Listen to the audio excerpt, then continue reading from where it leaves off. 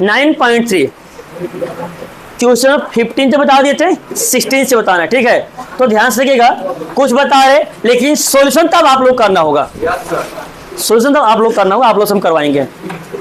ध्यान से रखिएगा, क्वेश्चन नंबर 16 हम समझा रहे, पहले है क्या बोलता है, for the differential equation, for the differential equation मतलब लिख के दिया हुआ है, डिफरेंशियल इक्वेशन दिया हुआ है x into y d y by d x बराबर x plus 2 into y plus 2। बात नहीं करेंगे, for the differential equation x into y d y by d x बराबर x plus 2 into y plus 2। बोला गया है find the solution curve passing through the point 1, -1। कहता है फाइंड द सॉल्यूशन मतलब इसका निकालिए सॉल्यूशन, मतलब डिफरेंशियल इक्वेशन है तो सोल्व करके क्या निकालिए इक्वेशन, क्या निकालिए इक्वेशन। और जब ये कर्व किसी एक पॉइंट से पास कर रहा है, मान लीजिए इस वो इस पर कर्व होगा, है कि नहीं है, कर्व बोल रहा है, इस कर्व का डिफरेंशियल इक्वेशन दिया हुआ है, आपको निकाला इक्वेशन। अब इसका पासिंग, यही कर्व एक पॉइंट है 1, -1 उससे पास कर रहा है। तो देखिए पहले कहानी क्या होता था, बोल देता था कि x का मान इतना, y का मान यहाँ पर, इस बार नहीं बोल रहा है, इस बार पासिंग पॉइंट दिया रहेगा। और हम लोग क्लास 6-7 से जान रहे हैं, कोई भी लाइन या कोई भी कर्व अगर किसी भी पॉइंट से पास कर रहा है तो वह पॉइंट उस इक्वेशन को सेटिस्फाई करेगा, मतलब LHS बराबर RHS आएगा, है कि नहीं है। तो सबसे पहला कंसेप्ट डिफरेंशियल इक्वेशन को सोल्व करके लाएंगे इक्वेशन, और इक्वेशन में यह पॉइंट रख सकते हैं नहीं रखें, इस पॉइंट को रख सकते हैं कि नहीं रख सकते हैं। जब रखेंगे तो बताइए करा में x का मान कितना है, y का मान कितना है, x का मान 1, y का मान, ये कब रखा जाता है जब इंटीग्रेशन कर लेते हैं, तब जब हम लोग सोल्व कर लेंगे, इंटीग्रेशन कर लेंगे, जब निकाल लेंगे जनरल सॉल्यूशन, जनरल सॉल्यूशन, तब एक्स वाई का मान रखेंगे तो क्या निकलेगा, पार्टिकुलर सॉल्यूशन निकलेगा ना। तो यह कहानी जो पासिंग पॉइंट रहेगा, पहले जो एक्स वाई का लिख के देता था, इस बार नहीं लिखेगा, लिखेगा पासिंग पॉइंट, और जो भी पासिंग पॉइंट लिखा हुआ है वही पासिंग पॉइंट उसका एक्स वाई का मान बनेगा, समझ गए पहले। तो यहाँ पर पासिंग पॉइंट कितना दिया हुआ है जी, पासिंग पॉइंट लिखा हुआ यहाँ पर 1, -1। तो x का मान कितना आ जाएगा 1, y का मान, ये लास्ट में रखेंगे।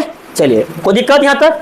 तो अब आते हैं पहला कंसेप्ट, डिफरेंशियल इक्वेशन दिया हुआ है, पहले इसको क्या करना होगा, सोल्व करना होगा। तो ध्यान से देखिएगा इसको कैसे करेंगे, x into y d y by d x बराबर x plus 2 into y plus 2, है ना। अब बताइए इसको पहले क्या करेंगे हम लोग,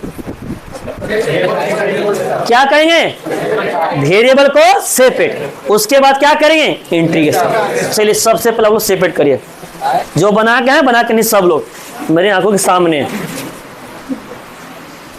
तो ध्यान से कीजिएगा, x into y d y by d x बराबर x plus 2 into y plus 2, ना है, सेपरेट करेंगे। dx कहाँ है,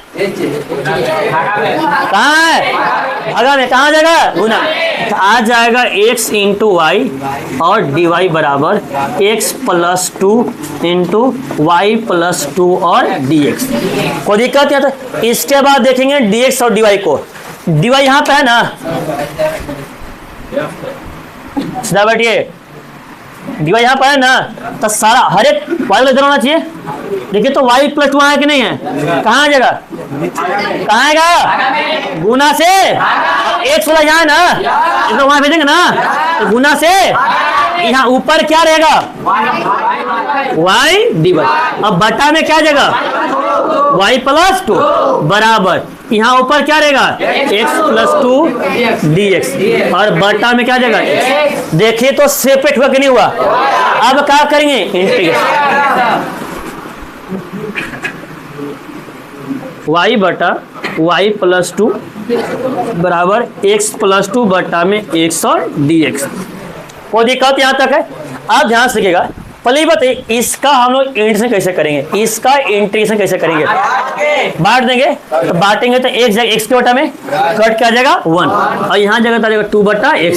तो आराम से कर सकते हैं 1 का इंटीग्रेशन x और 2 कहाँ निकल जाएगा बाहर 1 बाई एक्स, 1 बाई एक्स का क्या बनेगा। लेकिन यहाँ कैसे करेंगे, यहाँ तो नहीं बांट सकते हैं। यहाँ कैसे करेंगे, दो कैसे, निचला लेट के लिए ऊपर वाला निकालेंगे, समझ गए पहले। और नहीं तो सबसे बेस्ट हम बता रहे हैं, देखिएगा जोड़ने और घटाने का कंसेप्ट कहाँ पर आता है, हम बता रहे हैं। जब वहीं हमेशा याद रखिए वहीं पर आएगा, जब हमको वेरिएबल का पावर देखेंगे ऊपर और नीचे हमेशा बराबर है। वेरिएबल का पावर देखेंगे, वेरिएबल का पावर ऊपर और नीचे, और लगा है कि हम जोड़ किया घटा के नीचे वाले के सेम टू सेम, यानी ऊपर वाले को जोड़ने या घटाने के बाद सेम टू सेम आ जाएगा, तब हम लोग ये काम करते हैं सबसे पहले। तो देखिए तो पहले y का पावर ऊपर कितना है, नीचे भी कितना है, दोनों बराबर है कि नहीं बराबर है। तो अगर एक में y में ऊपर हम 2 जोड़ देंगे तो ऊपर वाला क्या नीचे वाले के बराबर आएगा कि नहीं आएगा, आ जाएगा, तभी कॉन्सेप्ट लगेगा जोड़ने या घटाने का। लेकिन अगर यहाँ y स्क्वायर हो जाएगा तो लगेगा, या यहाँ y स्क्वायर लगेगा, नहीं लगेगा। तो जोड़ने घटाने का कंसेप्ट मैक्सिमम वहां पे करते हैं जहां पर वेरिएबल हमेशा दोनों वेरिएबल का पावर हमेशा क्या रहेगा बराबर, या जोड़ने घटाने में तुरंत बराबर आ जाए। तो बता एकरा में क्या, अगर हम 2 जोड़ देंगे और 2 घटा देंगे तो कोई दिक्कत यहाँ तक है। अब इसको मान लेंगे एक सिंगल टर्म मान लेंगे, तो ये y प्लस 2 इसके भी बटा में और y प्लस 2 इसके भी बटा में आ जाएगा। तो ध्यान से देखिएगा, पहले यहाँ पर आ जाएगा y प्लस 2 बटा में y प्लस 2 माइनस 2 बटा में y प्लस 2, और आ जाएगा dy बराबर यहाँ आ जाएगा x बटा में x प्लस 2 बटा में x, और क्या आ जाएगा dx। कोई दिक्कत यहाँ तक, कुछ कटेगा x से कट जाएगा, y प्लस 2 से y प्लस 2 कट जाएगा, यहाँ क्या बचेगा 1 का इंटीग्रेशन क्या होता है लिखना, तो 1 माइनस 2 बटा y प्लस 2 dy बराबर 1 प्लस 2 बटा x। कोई दिक्कत यहाँ तक, 1 का इंटीग्रेशन क्या होता है x लिखेंगे, यहाँ क्या है dy ना, तो y ने वेरिएबल है तो क्या लिखेंगे y, यहाँ लिखेंगे y माइनस 2, ये तो पानी लेकर आएगा, किसको पानी लेकर 2 बार हो जाएगा 1 बाई, देखिए तो ये x के फॉर्म में आ रहा है कि नहीं आ रहा है 1 बाई एक्स। अब कहीं सर यहाँ तो x तो नहीं है, यहाँ x का स्थान पे क्या है y प्लस 2। तो देखिए 1 बाई एक्स होता था, यहाँ 1 बटा y प्लस 2 है, दोनों एक ही फॉर्मूला में लगाएंगे। कैसे बताए थे, जब भी x का स्थान पर लीनियर मतलब रैखिक रूप से परिवर्तन होता है तो उसको 1 बाई यानी x मानकर ही उसका करते हैं इंटीग्रेशन। लेकिन लास्ट में कंसेप्ट भी करते हैं x के कोफिशिएंट से x के गुणांक समय क्या करते हैं भाग लगाते हैं, नहीं करेंगे तो इसको भी 1 बाई एक्स मानकर ही करेंगे। तो इसको जब मान लेंगे 1 बाई एक्स, तो 1 बाई एक्स का क्या होता है, तो ये 1 बटा वाई प्लस 2 क्या बन जाएगा लॉग मोड y प्लस 2। कोई दिक्कत यहाँ तक। अब साथ में लिखेंगे y का गुणा, y का गुना कितना है 1 से एक भाग लगाएंगे तो कोई फर्क पड़ेगा नहीं, कहानी खत्म हो गया। बराबर 1 का जब करेंगे इंटीग्रेशन तो क्या आ जाएगा x, अब वेरिएबल भी क्या है x आ जाएगा, प्लस 2 कांस्टेंट बाहर हो जाएगा। फिर देखिए तो 1 बाई एक्स आया कि नहीं आया, और 1 बाई एक्स का इंटीग्रेशन क्या होता है लॉग मोड x। x कितना आ जाएगा जब का x और प्लस c। कोई दिक्कत यहाँ तक, क्लियर है। अब चाहेंगे इसको आराम से इक्वेशन नंबर 1 मानकर x y का मान दे, c का मान निकल जाएगा। और नहीं तो खुश होना चाहते हैं तो माइनस कहाँ जाएगा प्लस आ जाएगा x plus 2 log mode x plus 2 log mode y plus 2 और प्लस क्या आ जाएगा c। कोई दिक्कत यहाँ तक, ध्यान से लिखिएगा y बराबर x प्लस, दोनों से 2 कॉमन कर लेंगे तो log m plus log n आ जाएगा, 2 तो कॉमन हो जाएगा ना जी, तो log m plus n log m into n अब plus c। Equation number first है ना जी, इक्वेशन नंबर 1। कोई दिक्कत यहाँ तक। अब बताइए यही जो इक्वेशन है इस पासिंग पॉइंट से पास करके नहीं कर रहा है, तो यह पासिंग पॉइंट इस इक्वेशन को सेटिस्फाई करेगा नहीं करेगा? सिंस इट passes through 1, -1, तो therefore point 1, -1 satisfy the equation। Equation क्या करेगा? सेटिस्फाई करेगा। तो ध्यान से देखिएगा, पहले x का मान कितना है, y का मान, यहाँ y है, y का स्थान पे -1, x का स्थान पे 1 +2 इंटू log mod x का स्थान पे 1, y का स्थान पे -1 +2 +c। कोई दिक्कत यहाँ तक? -1 ई प्लस आ जाएगा -1 बराबर 2 log। ध्यान से देखिएगा, पहले 2 में से -1 प्लस 2 क्या बनेगा? 1 इंटू 1 1, तो log 1 आ जाएगा प्लस c। log 1 का मान 0, 0 इंटू 2 कितना आ जाएगा? 0। यहाँ क्या बचेगा? c।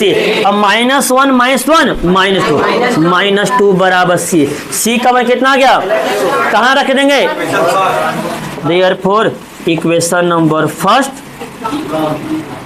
आ जाएगा y बराबर x plus 2 log mod x into y plus 2 -2। Answer मन खुश करना है तो इन दोनों को इधर ले, कोई दिक्कत नहीं है। y माइनस एक्स प्लस 2 बराबर इतना आ जाएगा। कोई दिक्कत यहाँ तक? क्लियर है? कहीं कोई दिक्कत? समझना है। क्लास 11 में बताए थे 2 पॉइंट को जब ज्वाइन कर लाइन निकलता है x1, y1, x2, y2। याद करिए, slope of line between 2 point, 2 point के बीच लाइन का सुविधा थे। तो पहला कंसेप्ट ध्यान सुनिएगा, पहले slope of line between 2 point, 2 point को ज्वाइन करने वाला जो लाइन है उस लाइन का स्लोप निकालना है। जैसे एक पॉइंट मेरे पास यहाँ a है, अब ये क्या है? b। बात नहीं करेंगे, देखो पास कर देना, कर देंगे, पास कर देंगे। ए मेरा है x1, y1, बी मेरा हो जाएगा x2, y2 हो जाएगा। तो बताइए ए बी का स्लोप का कुछ बताया थे concept? Slope of A B that is m।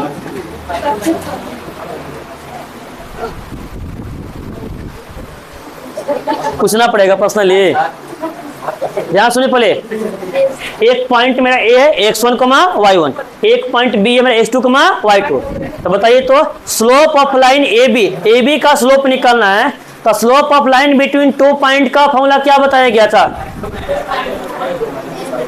सब गायब है,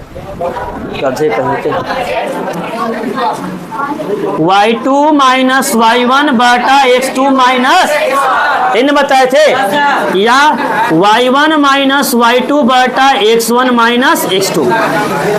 या सुनिए, पहले slope of line between 2 point का फॉर्मूला होता है, इसका क्वेश्चन यूज करेंगे आगे चलकर। अब ये खास कर बताते जो 6.3 टेंजेंट नॉर्मल था ना, वहां से हटा दिया गया ना, तो वहां पर ही पढ़ना था 11 12 में, लेकिन वहां से हटा दिया गया है। तो ध्यान से देखिएगा, स्लोप ऑफ ए बी यानी एम का फॉर्मूला होता है y2 माइनस y1 बटा x2 माइनस x1 बराबर, या y1 माइनस y2 बटा x1 माइनस x2। कोई दिक्कत यहाँ तक? अब उसके बाद ध्यान से एक जो कंसेप्ट अभी कुछ लोग एग्जाम दिए थे, उसमें कुछ लोग बाहर आया था, उधर पास कीजिए, कुछ लोग आए तो उधर दीजिए। उसमें कंसेप्ट था, आप लोग का सवाल आया था, टेंजेंट और नॉर्मल था कि नहीं था? टेंजेंट और नॉर्मल था ना। अब सबसे पहला सवाल है, टेंजेंट क्या होता है? क्लास 9 10 से पढ़ते टेंजेंट क्या होता है? मुझे पीटने में विवश मत करिए। टेंजेंट मतलब स्पर्श रेखा क्या होता है?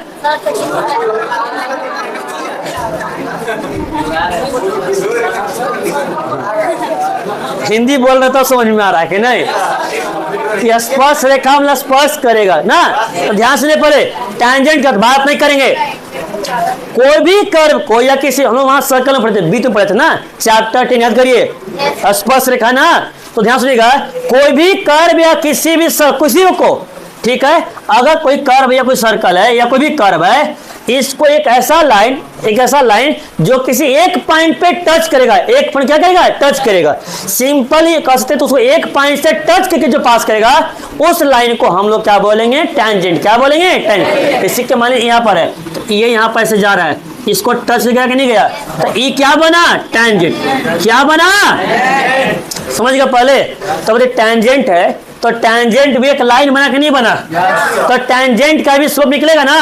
और इस वाला आप लोग था स्लोप ऑफ टेंजेंट, क्या था, स्लोप ऑफ टेंजेंट। कि स्लोप ऑफ टेंजेंट क्या होता है, उसी दूसरा बता देते हैं। दूसरा क्या होता है, नॉर्मल। क्या होता है, नॉर्मल। नॉर्मल एक ऐसा लाइन होता है जो टेंजेंट पे 90 डिग्री में आता है, मतलब इस पे एक ऐसा लाइन बना दिए। अब इसके साथ कितना बन गया, 90। कितना बन गया, 90। तो यह लाइन मेरा क्या कहलाएगा, नॉर्मल। क्या कहलाएगा, नॉर्मल। नॉर्मल एक ऐसा लाइन होता है जो टेंजेंट के साथ कितना डिग्री बनाएगा, कितना बनेगा, 90 बनाएगा। समझ गए पहले। टेंजेंट किसी भी कर्व को एक पॉइंट पे टच करके पास करेगा और जो नॉर्मल होगा वो टेंजेंट के साथ कितना बनाएगा, 90 डिग्री बनाएगा। कोई दिक्कत यहाँ तक। तो सवाल ये पूछता है यहाँ पर कि स्लोप ऑफ टेंजेंट बताइए। टेंजेंट का भी तो कुछ स्लोप निकलेगा, स्लोप ऑफ टेंजेंट बताइए। दूसरा होता है स्लोप ऑफ नॉर्मल बताइए, स्लोप ऑफ नॉर्मल। नॉर्मल का स्लोप कितना निकलेगा, कोई दिक्कत यहाँ तक। और कहीं कुछ ना है ना। चलिए इनको हम देखें।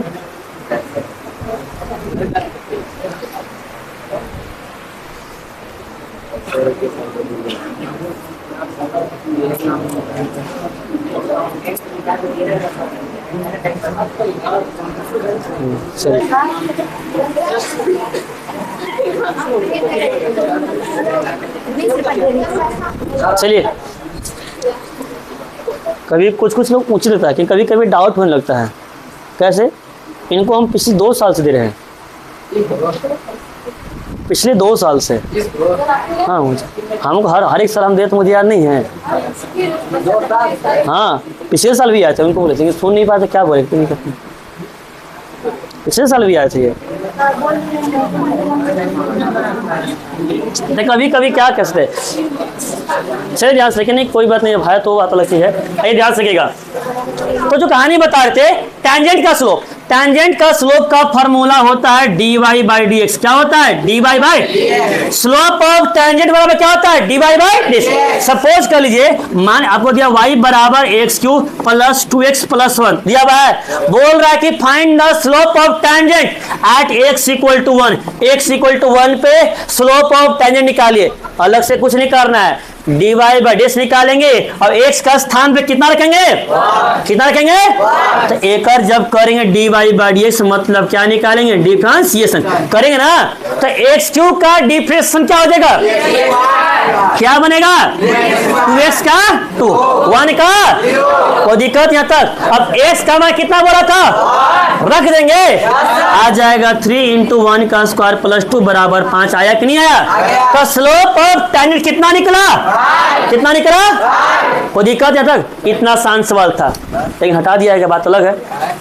अब देखिएगा slope of normal, slope of normal का फॉर्मूला कहता है -1 by slope of tangent, -1 by slope of tangent. अभी अलग से नहीं आए, क्लास 11 में बताए थे, ध्यान सुनिएगा पहले।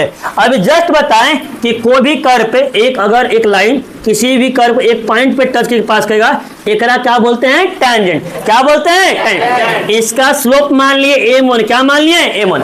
अब नॉर्मल क्या होता है, एक ऐसा लाइन होता है जो टेंजेंट के साथ 90 डिग्री बनाता है। मतलब एक ऐसा लाइन मान लीजिए यहाँ से ये बना रहा है, 90 बना रहा है कि नहीं बना रहा है। हमको इसका स्लोप निकालना है। अब एक स्लोप क्या हो जाएगा, मान ली m2। क्या मान लिए, m2। तो कहानी याद करिए क्लास 11 में, जब 2 लाइन आपस में परपेंडिकुलर है, 2 लाइन आपस में क्या है, तो दोनों का स्लोप का गुणनफल कितना होता है, कितना होता है, याद आया। और जब पैरेलल था तो दोनों का स्लोप आपस में क्या होता है, बराबर। बस वहीं से निकाल दिए कि स्लोप ऑफ जो नॉर्मल होगा वो -1 बाई स्लोप ऑफ टेंजेंट। तो बताइए यहाँ से स्लोप ऑफ टेंजेंट का मान कितना निकला था, तो स्लोप ऑफ नॉर्मल कितना निकलेगा, कितना निकलेगा। कोई दिक्कत यहाँ तक। चलिए तो ये कंसेप्ट भी हम यूज करेंगे, भी ध्यान से रखिएगा पहले।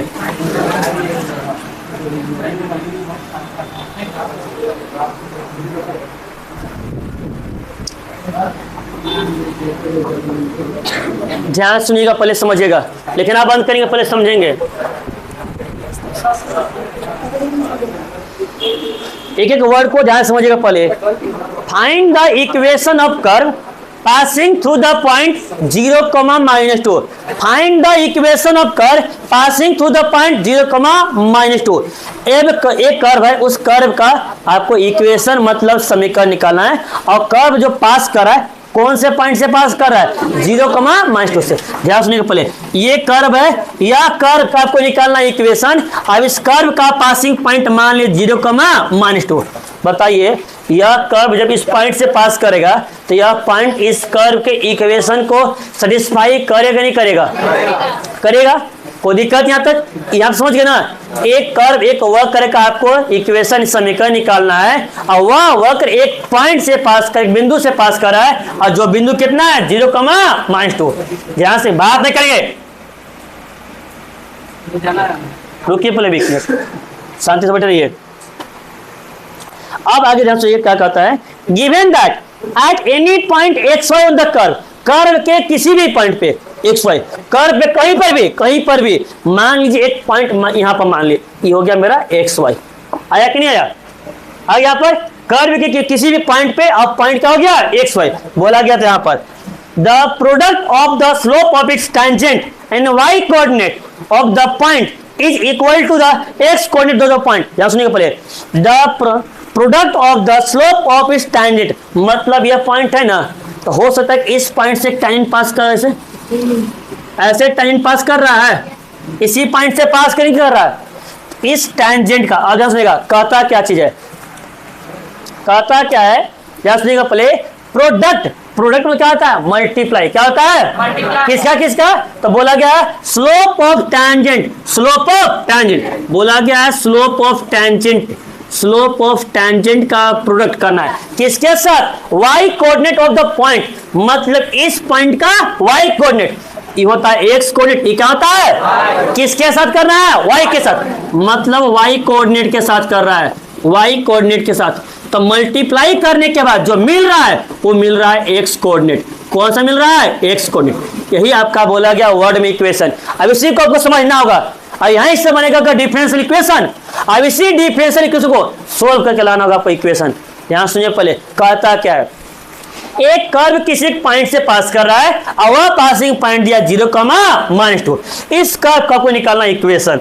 इसी कर्व पे एक जनरल पॉइंट XY है, जो कर्व पे कहीं पे भी हो सकता है, कहीं पर भी, पूरे कर्व में कहीं भी हो सकता है, उस पॉइंट से एक टेंजेंट पास कर रहा है। क्या पास कर रहा है, टेंजेंट। तो उसी पॉइंट पे टेंजेंट का स्लोप का जब मल्टीप्लाई करेंगे किसके साथ, पॉइंट के Y कोऑर्डिनेट साथ, किसके साथ, तो क्या मिलेगा, ये बताइए। स्लोप ऑफ टेंजेंट का फॉर्मूला क्या होता है,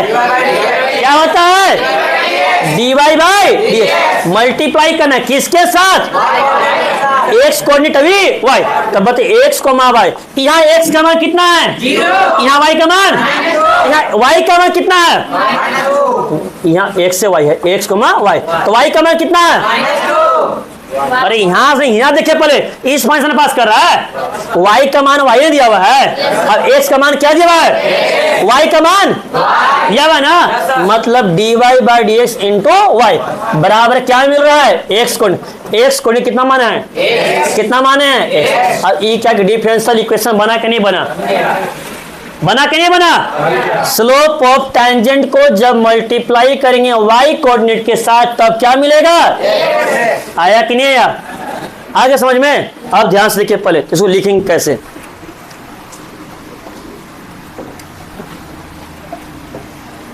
कर्व का पासिंग पॉइंट कितना है, इसका तो यूज बाद में ना जी। और any point on the curve पे जो एनी पॉइंट है वो कौन सा है, X, Y। अब ध्यान से सुनिएगा पहले, अकॉर्डिंग टू क्वेश्चन, प्रश्न के अनुसार कहता है स्लोप ऑफ टेंजेंट का प्रोडक्ट करेंगे। प्रोडक्ट मतलब क्या होता है, मल्टीप्लाई, गुना करेंगे, किसके साथ गुना करेंगे, Y कोऑर्डिनेट के साथ, तब क्या मिलेगा, कोई दिक्कत यहाँ तक? अरे यहाँ तक कहीं कोई दिक्कत है नहीं ना? अब स्लोप ऑफ टैंजेंट का फॉर्मूला क्या होता है? क्या होता है? dy by dx। और यहाँ देख के बताइए y कोऑर्डिनेट का मान कितना है? बराबर x कोऑर्डिनेट मान कितना है? x। कोई दिक्कत यहाँ तक? तब बताइए क्या ये डिफरेंशियल इक्वेशन आया कि नहीं आया? आया कि नहीं आया? एक तरह सेपरेट करेंगे, सोल्व करेंगे ना, तो dx कहाँ है? कहाँ आ जाएगा? यहाँ आ जाएगा y dy बराबर x dy। जो भी दिक्कत था वो सिर्फ यहाँ तक दिक्कत है, यहाँ तो सबसे आसानी के नहीं है, नहीं होगा इंटीग्रेशन। यहाँ हो जाएगा y dy बराबर x dx। y का जब करेंगे इंटीग्रेशन तो y स्क्वायर बाई 2, x का x square by 2 plus c। Equation number, अब बताइए पासिंग पॉइंट दिया हुआ है, x y का मान रख देंगे तो c का मान निकल जाएगा। उतना कर पाइएगा नहीं कर पाइएगा? कर लीजिएगा ना?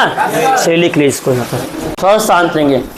है वर्ड प्रॉब्लम, तो पहले वर्ड को बाई फिगर समझते हैं और समझने के बाद बनाएंगे, ठीक है? पहले अगर हम उस मतलब कि वर्ड प्रॉब्लम से अगर आपको हम डिफरेंशियल इक्वेशन लगा छोड़ देंगे तो वहाँ से आप लोग इंड से कर सकते हैं। तो पहले वहाँ समझिए, पहले कहता क्या है?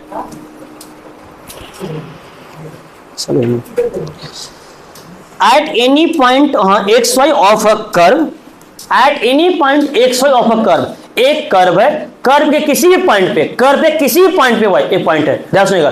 कर्व मतलब एक कर्व ड्रॉ कर लीजिए, कोई दिक्कत यहाँ तक? इसमें कहीं भी एक पॉइंट मान लीजिए, कहीं पर भी एक पॉइंट मान लीजिए, यहाँ से जो पास यहाँ पॉइंट है और यहाँ से एक टैंजेंट पास करा दीजिए, ये पॉइंट P, इसका अगर x, y। कोई दिक्कत यहाँ तक? बात नहीं करेंगे। कहता है at any point x y of a curve, curve के कहीं पे भी एक पॉइंट एक्स वाई है, कहीं पे मान लीजिए हमारे यहाँ पर एक्स वाई। कहता क्या है? The slope of the tangent, the slope of the tangent is twice the slope of the line segment joining the point of contact to the point -4, -3। ध्यान सुनिएगा, slope of the tangent is twice the slope of the line segment joining the point -4, -3 है।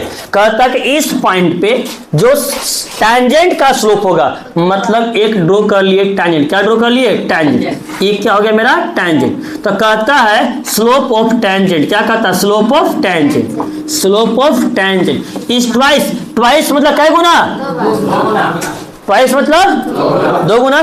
किसके दो गुना?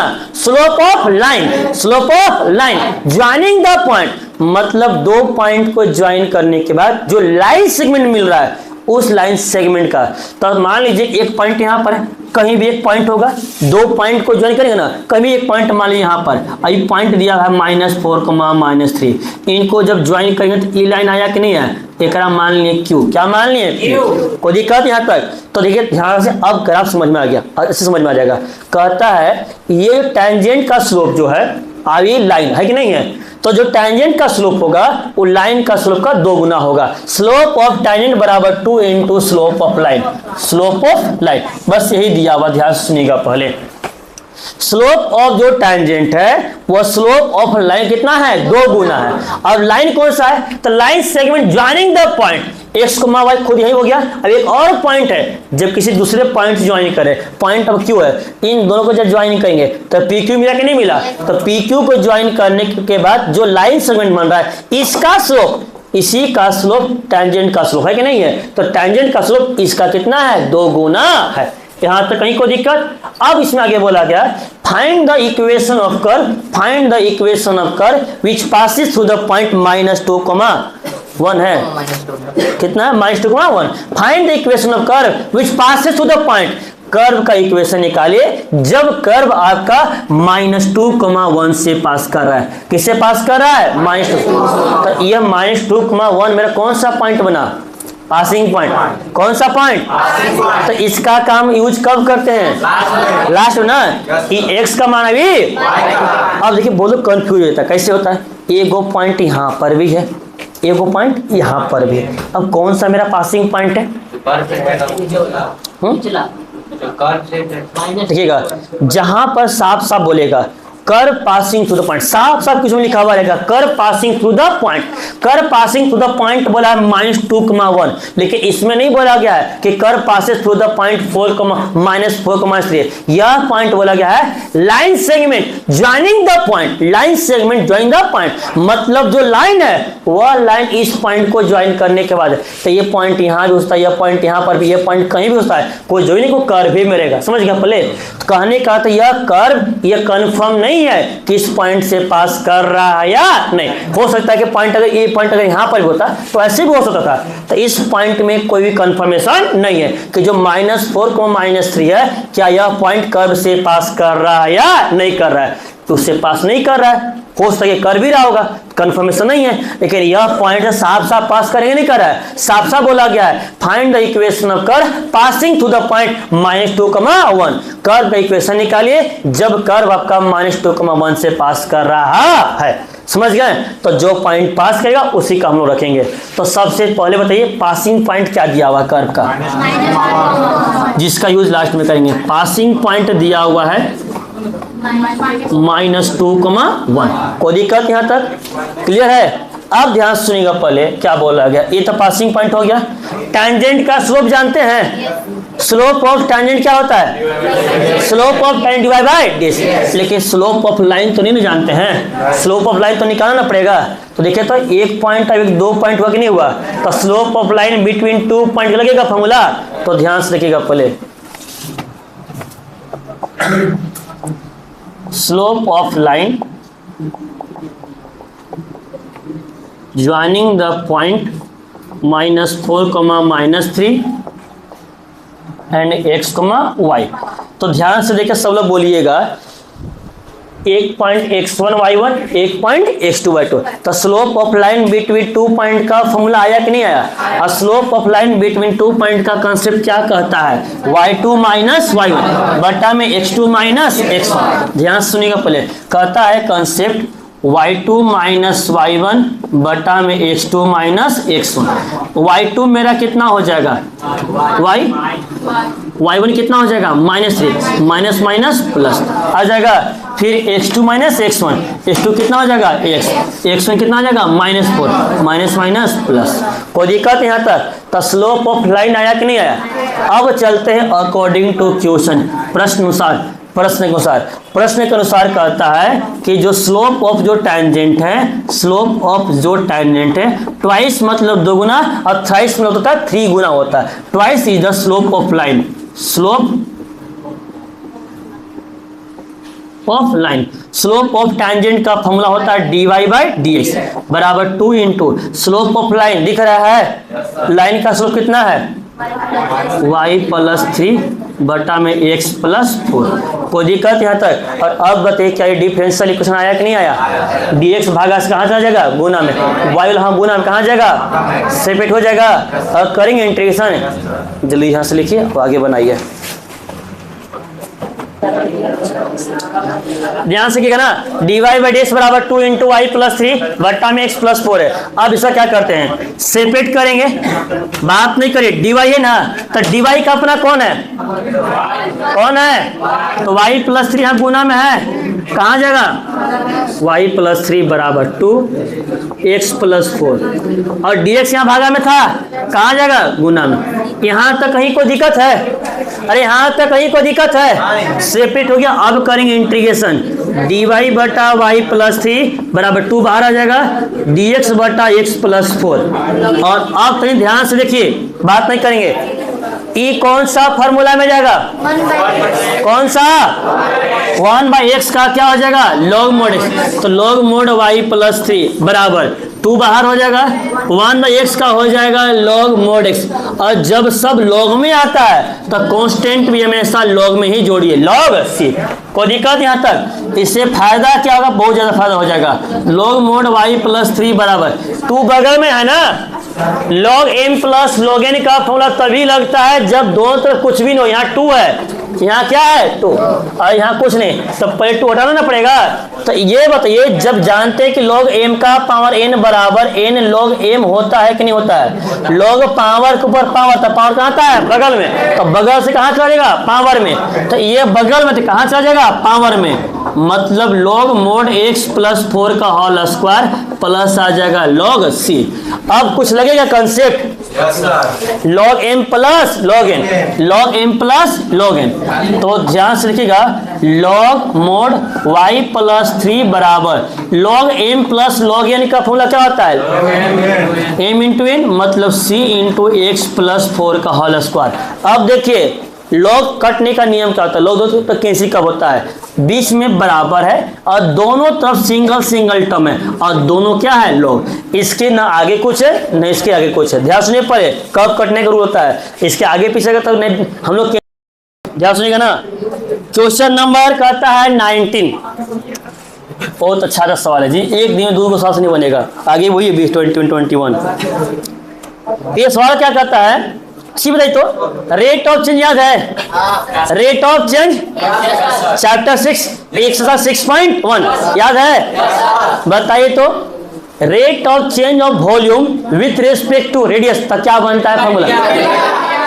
वाह अच्छी बात ही याद है। Rate of change of area with respect to radius तब क्या बनेगा? Rate of change of volume with respect to time तब क्या बनेगा? और rate of change of volume तब क्या बनेगा? जब कुछ का रिस्पेक्ट नहीं दिया जाएगा क्या बनेगा? मैंने परिवर्तन का। आप लोग का परिवर्तन का दर क्या है? आप लोग कैसे बदल रहे हैं? कौन रेट से बदल रहे हैं? आप लोग मत बदलिए।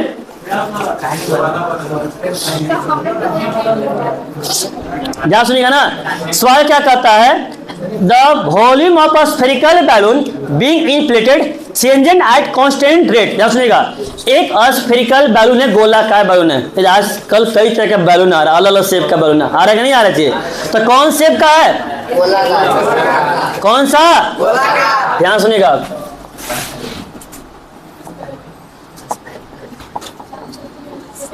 स्फेरिकल बैलून है। अब कहता है the rate of change of volumes, ठीक है, the rate of change of volumes at a constant rate, मतलब बैलून में जब हवा भरा जा रहा है तो उसका आयतन में परिवर्तन होगा ना, तो आयतन में परिवर्तन का जो दर दिया है at a constant rate. Constant rate 2 है, 5 है, 10 मालूम नहीं है तो कुछ मान लेंगे, क्या मान लेंगे है कि नहीं है? मतलब बैलून का आयतन का परिवर्तन का जो दर है वो कांस्टेंट रेट से है। किस रेट से है? कांस्टेंट। तो किस में परिवर्तन हो रहा है? वॉल्यूम है ना, तो क्या लिखेंगे? डीबी बटा किसी का रेस्पेक्ट नहीं दिया है तो क्या मानेंगे? टी। तो डीबी बटा डी बराबर कांस्टेंट है, क्या मानेंगे? के मतलब क्या यहाँ पर आ गया? कांस्टेंट। कोई दिक्कत यहाँ तक क्लियर है? अब आता है, ध्यान सुनिएगा, सवाल क्या कहता है? Initially its radius is 3 unit. शुरुआत में जब बैलून हम लोग हाथ में लिए, ठीक, हाथ में लिए, मतलब उसमें टाइम कितना था? टाइम कितना होगा? फुलाना स्टार्ट नहीं किए जी, हवा भरना स्टार्ट नहीं किया, उसको सब सभी लिए हैं। हाँ तो ठीक है, मतलब टाइम कितना था? 0। मतलब जब टाइम 0 था तो बैलून का जो रेडियस जो था वो कितना था? 3 यूनिट। अब उसमें हवा भरना स्टार्ट किए, हवा भरते गए, हो गया 3 सेकंड। कितना हो गया? 3 सेकंड। 3 सेकंड के बाद बैलून फूल के हो गया 6 मिनट। कितना हो गया?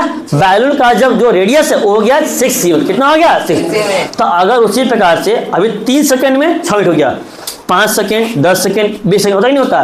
तो बोला गया अगर टाइम 30 सेकंड, कितना होगा? 30 सेकंड। तो 30 सेकंड के बाद बैलून का रेडियस क्या होगा?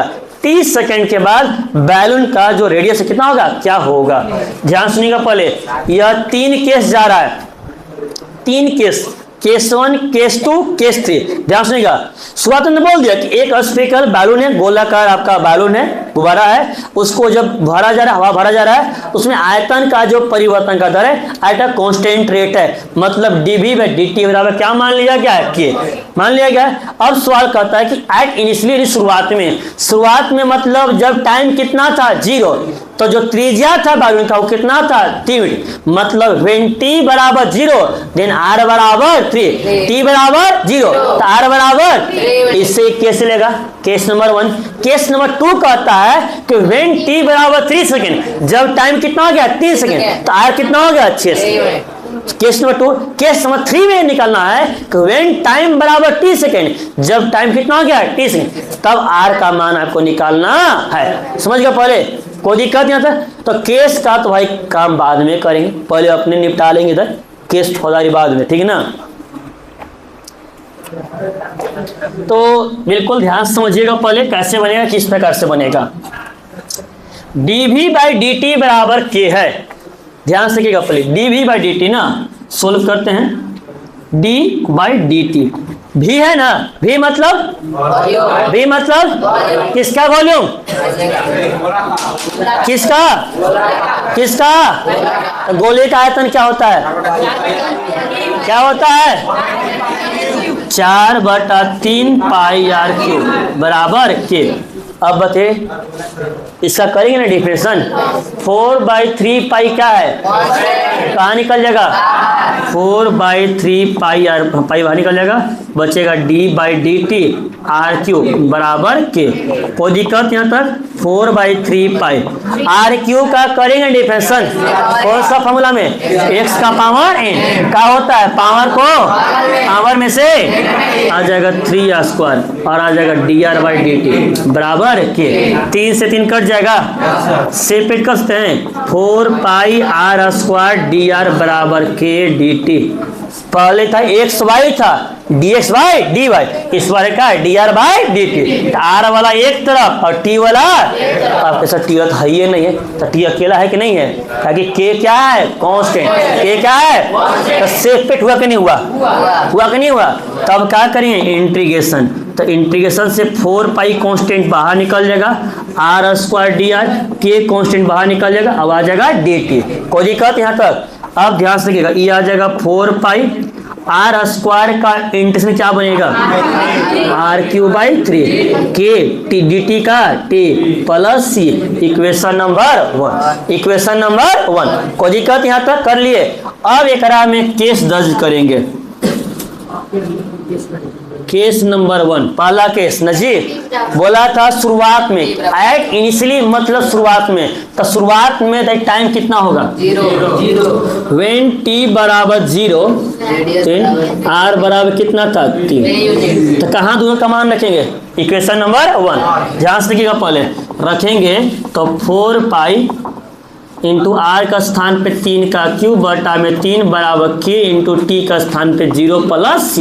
कोई दिक्कत यहाँ तक, 3 का पावर 3 ये कट जाएगा, 3 का पावर 2, 3 का पावर 2 कितना जाएगा 9, 9 चौका 36, मतलब कर सकते हैं c बराबर आ जाएगा 36 पाई।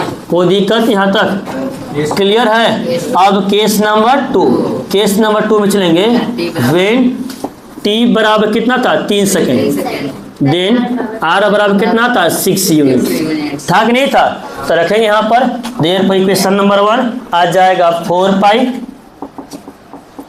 r के स्थान पे 6 का क्यूब बटा में 3 बराबर k इंटू टी का स्थान पे 3, अब प्लस में क्या है c, तो c का मान निकाल लिए, c का मान कितना निकाले 36 पाई। एक तो ये सोल्व कर सकते हैं, ध्यान से देखें तो आ जाएगा 4 पाई, 6 का क्यूब करेंगे तो 216 बटा में 3 बराबर आ जाएगा 3k प्लस 36। कोई दिक्कत यहाँ तक, 3 से कट जाएगा, यह 3 से कटेगा 70 21 3 72 बार में कट जाएगा। कोई दिक्कत यहाँ तक, आ जाएगा 72 चौका 4 8 और 7 चौका 288 पाई, प्लस से कहाँ जाएगा माइनस 36 पाई बराबर 3k। कोई दिक्कत यहाँ तक। अब उसके बाद देखिए घटा देंगे तो आ जाएगा 8 में से 6 जगह 2, 8 में से 3 जगह 5, 252 पाई बराबर 3k। 3 से कट जाएगा, 8 3 के 24, 4 के 12, मतलब k बराबर कह सकते हैं 84 पाई। k का मान कितना निकल गया 84 पाई। केस नंबर 2 ना, हाँ नहीं k पाई ना, हाँ 84 पाई। कोई दिक्कत यहाँ तक। अब चलते हैं केस नंबर 3। केस नंबर 3 बोला गया है व्हेन t बराबर t सेकेंड, देन बोल दिया r बराबर वाट। ये ना बोला गया है कि जब t बराबर t सेकेंड होगा तो r बराबर क्या होगा, ये ना है। रखेंगे देयरफॉर इक्वेशन नंबर 1 बिकम्स, सब का मान रख दीजिए। देखिएगा 4 पाई आर के स्थान पर तो आर ही रख देंगे, क्योंकि आर हम लोग को निकालना ना है जी। आर क्यू बटा में कितना आ जाएगा 3 बराबर के का मान कितना है 84 पाई इंटू टी का स्थान पर टी प्लस सी का स्थान पर 36 पाई। कोई दिक्कत यहाँ तक? एक सोल्व करना होगा ना, 3 भागा में कहाँ जगह गुना में, यहाँ देखिएगा ना सोल्व करेंगे आ जाएगा 4 पाई इंटू आर क्यू बराबर 3 इंटू ई आ जाएगा। अच्छा इन दो से कुछ कॉमन कर सकते हैं, 12 या 36 वास्ते 84। पहली बात कि 3 जो जाएगा गुना में रह जाएगा, कुछ कॉमन करे 12 से 84 12 या 36 तो 12 तो कॉमन आ ही जाएगा, पाई भी कॉमन आ जाएगा, पाई यहाँ पर पाई यहाँ पर, तब 12 से 84 कितना बचेगा 7 और टी और 12 या 36 तो 3 न बचेगा। कोई दिक्कत है ना, इसलिए कॉमन कट जाएगा। कैसे कटेगा? पाई से पाई 4 एकम 4 4 तिहाई 12 आ जाएगा। आर क्यू बराबर 3 तिहाई 9 इंटू 70 प्लस 3 आ जाएगा। आर क्यू बराबर 9 सते 63 प्लस 9 तिया 27। आर निकालना है तो यहाँ पावर 3 है, वहाँ क्या बनेगा 1/3। पावर जब एक तरफ से दूसरी जगह जाता है तो पलट जाता है, ऊपर वाला नीचे नीचे वाला ऊपर। तो एक are equal to 63t plus 27 का पावर आ जाएगा 1/3। यही आपका रिक्वायर्ड आंसर आएगा। जैसे टी का मान रखिए आर का मान निकल जाएगा। टी का मान 1 0 5 10 50 अपने आप आर का मान आते चला जाएगा। हाँ चेक कर लीजिए ना, देखिएगा टाइम का मान चेक करना, चेक कर लीजिए टाइम का मान कितना था, टाइम का मान जब 0 रखेंगे तो 63 इंटू 0 कितना आ जाएगा 0 प्लस कितना आ जाएगा 27 और 27 का पावर 1/3 कितना आ जाएगा 3। आया कि नहीं आया? अरे 27 को 3 का पावर 3 लेते हैं तो पावर 1/3 ये 3 से कट जाएगा, 3 का पावर 1 नहीं आया, आया कि नहीं आया? फिर देख रहे टी बराबर 3, टी का मान 3 रख कर देखिए आ जाएगा 216, तो 16 का 1/3 आ जाएगा 6 अपने आप आ जाएगा। कोई दिक्कत यहाँ तक? तो सब मान निकल जाएगा, कोई दिक्कत नहीं है। मतलब ये जनरल फॉर्म निकल गया कि टी का मान रखना चाहिए, आर का मान आते जाएगा।